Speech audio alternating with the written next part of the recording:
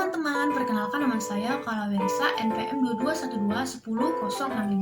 Saya mahasiswa Universitas Metodis Indonesia. Saya akan memberikan edukasi tentang luka bakar. Nah, teman-teman pasti pernah terkena luka bakar, bukan? Misalnya terkena api, percikan minyak yang saat menggoreng, tersengat listrik, dan bahkan terkena bahan kimia itu pun termasuk luka bakar loh teman-teman. Nah, untuk membedakannya, kita harus melihat kedalaman dari luka bakar tersebut. Nah, untuk melihat kedalamannya, kita harus melihat sudah sampai mana luka tersebut. Kita harus tahu lapisan kulit secara umum, mulai dari epidermis, dermis, subkutis, otot, sampai tulang. Apakah luka tersebut sudah sampai epidermis, dermis, otot, hingga pun tulang. Nah, setelah kita tahu kedalamannya, barulah kita bisa menilai derajat dari luka bakar tersebut. Apakah dia grade 1 atau derajat 1, derajat 2, derajat 3. Tujuannya itu untuk mengetahui terapi apa yang akan diberikan selanjutnya, teman-teman. Kita akan membahas derajat 1. Nah, ini mengenai lapisan kulit epidermis, lapisan yang bagian epidermisnya, teman-teman. Tidak sampai pada dermis. Kemudian dia terjadi kemerahan dan nyeri di permukaan kulit. Sembuh sekitar 3-6 hari dan dapat sembuh dengan sendirinya. Misalnya disebabkan oleh paparan sinar matahari atau karena benda panas dengan suhu rendah. Kemudian ada grade 2.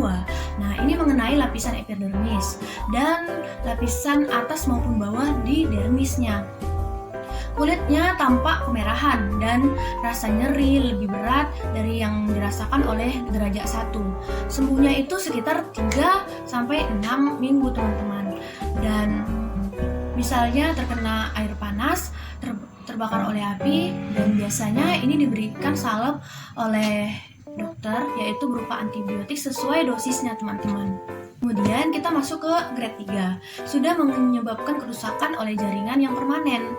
Nah, rasa sakitnya juga kadang tidak terlalu terasa karena ujung-ujung saraf dan pembuluh darah sudah hancur. Misalnya terkena oleh api, terkena bahan kimia, tersengat listrik, dan lain-lain.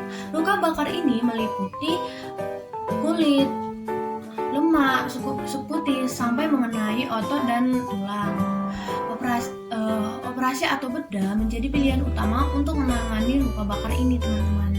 Nah, dalam beberapa kasus serius dalam luka bakar terdapat presentasi luka bakar. Sebagai pengetahuan umum, di dalam luka bakar terdapat presentasi luka bakar, yaitu kepala dan leher itu 9%, lengan masing-masingnya itu 9%, karena dia 2 menjadi 18%. Nah, badan depannya itu 18%, badan belakang 18%, tungkai masing-masing 18%, karena 2 dia jadi 36, dan alat kelamin itu dia 1%.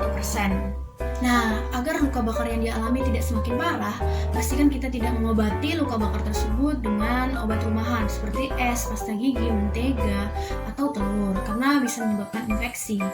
Hindari pula menempelkan kapas karena serat kecilnya bisa menempel pada luka, lalu meningkatkan resiko infeksi. Kemudian jangan sekali-sekali melakukan pengobatan rumahan terhadap luka dengan derajat luka bakar 3, teman-teman. Jika kita mengalami luka bakar derajat 2 atau 3, segera periksa ke dokter atau rumah sakit terdekat untuk mendapatkan penanganan yang tepat, teman-teman. Nah, sekian dari edukasi dari saya. Apabila ada kesalahan, saya mohon maaf ya, teman-teman. Nah, selamat pagi.